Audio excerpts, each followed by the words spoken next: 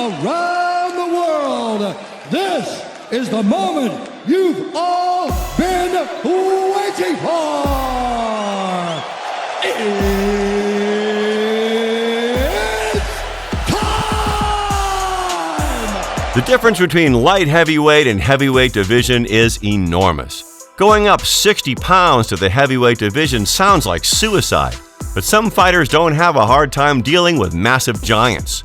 UFC legend and pioneer Randy Couture and Daniel Cormier performed better at 265, while Maxim Grishin and Ike Villanueva got destroyed in round 1. But what would happen when you pair the most dominant 205er in the world, Jon Bones Jones, against the man with the greatest number of 265-pound titles, Stipe Miocic? The match seems like a coin flip, but our detailed analysis will help you determine the winner. This clash of the titans might happen sooner than you think.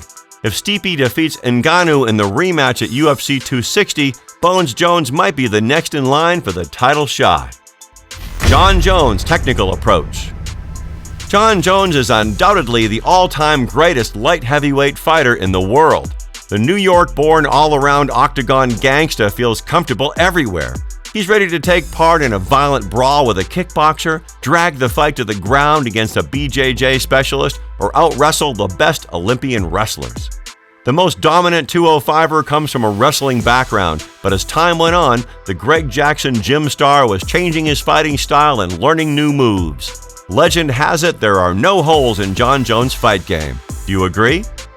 Jones throws very unorthodox strikes and always switches stances. He's famous for the Jon Jones strike, a brutal, potentially career-ending sidekick to the kneecap. This strike completely paralyzed Rampage Jackson at UFC 135 and neutralized his superior wrestling and slams. There are many other violent strikes in his arsenal: spinning back kick to the body, high kick, all kinds of body kicks, spinning back elbow, hooks, and uppercuts. But Jones predominantly combines straight punches with front kicks and push kicks, which keeps his opponents at bay while landing his lethal strikes. What all fighters have to keep in mind when fighting Bones is the danger is everywhere. It is almost impossible to anticipate his next move due to outstanding feinting and thousands of tricks. Oh, even if you're close to rocking or defeating him, Jon will stop you with a perfectly timed eye gouge. Reach advantage. Jon Jones' reach is 84.5 inches, which is by far the greatest reach in the history of the UFC light heavyweight division.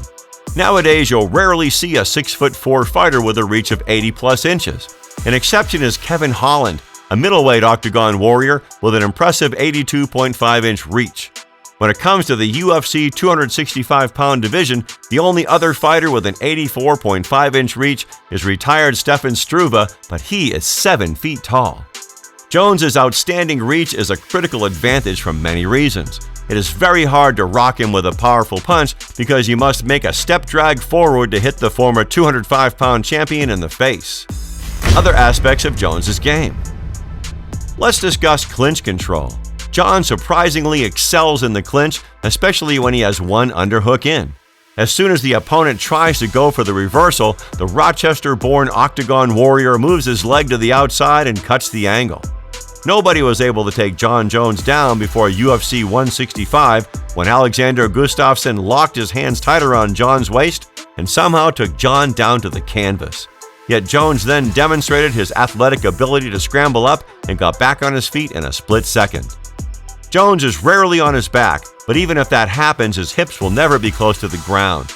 He stays active all the time, looking for an opening that could lead to a lightning-fast transition, a choke attempt, or a submission switch.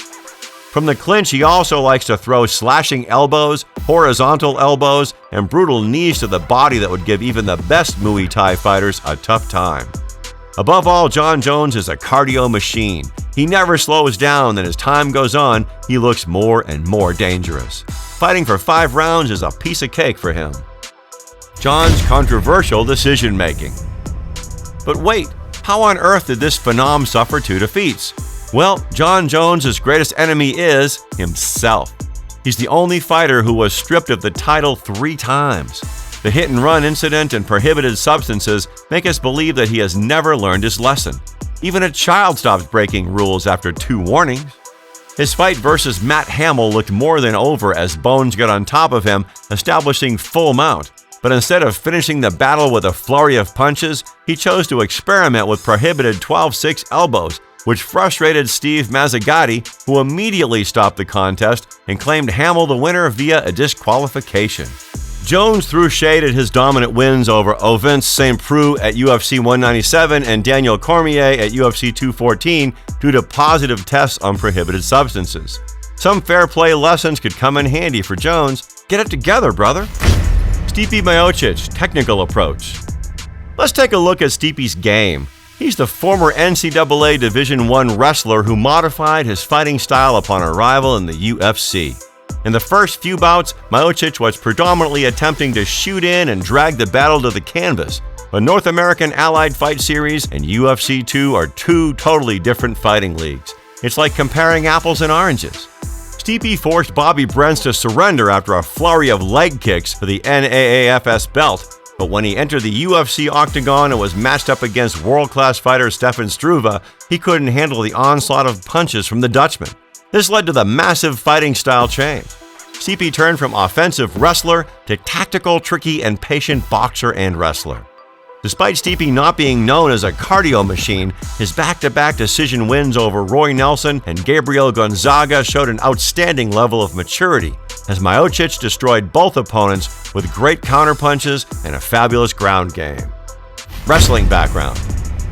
Stipe Miocic enjoys establishing an over-under and dragging his opponents to the ground. Body lock takedowns are his, but you can see other throws from time to time, in combinations with judo trips. He prefers double leg over single leg takedowns. His specialty is controlling the bout from the top. Francis Ngannou spent 5 rounds on the bottom at UFC 220, where Miocic showed the world-class domination from full guard and side control. Miocic can switch from north-south to crucifix or kesa gatame or scarf hold headlock in the blink of an eye. His transitions simply rock. Other aspects of Stipe's game. Miocic rarely throws overhands and rather sticks to classic Western-style boxing, countering his opponents with perfectly timed straight punches and hooks.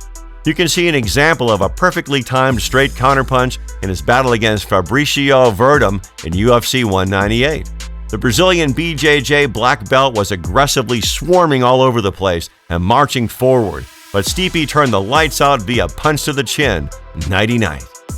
Stipe also likes throwing powerful punches from the stack guard, half guard, and full guard. Interestingly, he rarely chooses to finish the bout from the full mount and rather changes positions, keeping the opponent on the bottom. His ultimate weakness is clinch boxing. Daniel Cormier knocked him out cold with a close-range right hook at UFC 226 to win the belt. Who wins? Now let's get to the meat and potatoes. Who would triumph in this epic battle? Well, the battle would take place at 265, which means Jones's power is going to be questionable. The most powerful 205er now weighs around 250 pounds and gets more and more muscles every day. Barbells and dumbbells turned him into a muscle mountain, a powerhouse, yet the weight difference gives the power advantage to Miocic. Comparing kicks is pointless. Stipe throws a low kick from time to time, while even Taekwondo masters would envy Jon Jones for his kicking creativity. The advantage undoubtedly goes to Jon Jones.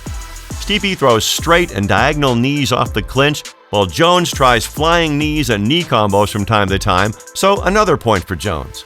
Same for elbows. Stipe would rather choose dirty boxing over the Muay Thai clinch.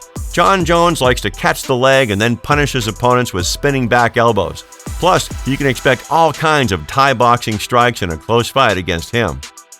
Punch comparison demands deeper analysis. You'll rarely see overhands, which leads to a problem for Miocic due to the 4.5-inch reach disadvantage. Miocic's uppercuts are better, but it's never easy to get close to Jones. Both fighters are level change experts. Stipe destroyed Cormier via liver shots in their second bout, while Jones sent Rua to the canvas with a brutal uppercut to the body. Slight advantage goes to Stipe in the punching department. When it comes to cage control, Jones is quicker and he stops the opponent's reverse to the left and right. Stipe offers more pressure and brute force, but a slight advantage to Jones. The 205 version of Jones is a cardio beast. so Stipe would have no chances in a 5-round affair, unless it takes place on the ground, because Stipe's wrestling cardio rocks.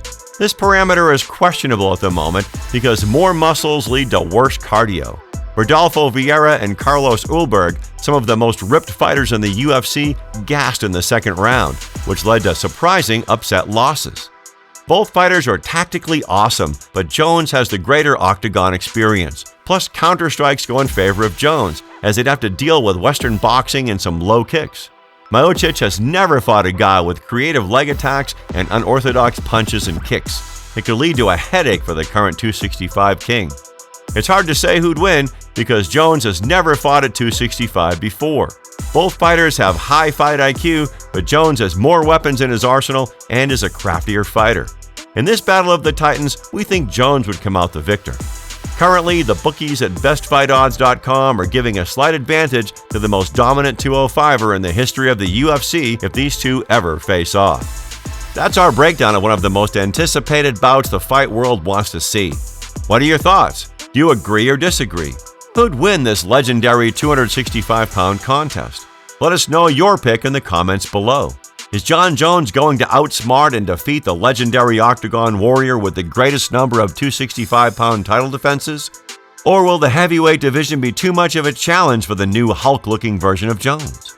Your views matter to us, and we value the opinions of our audience. Make sure to like this video, subscribe to our channel, and turn on the notification bell so you don't miss our hard-hitting fight content. Thanks for watching, and please tell us which fight breakdown you'd like to see next. If you want to know what it feels like to get your ass kicked by a guy who weighs 40 pounds less than you, meet me in the octagon. What the? This guy's crazy. Oh.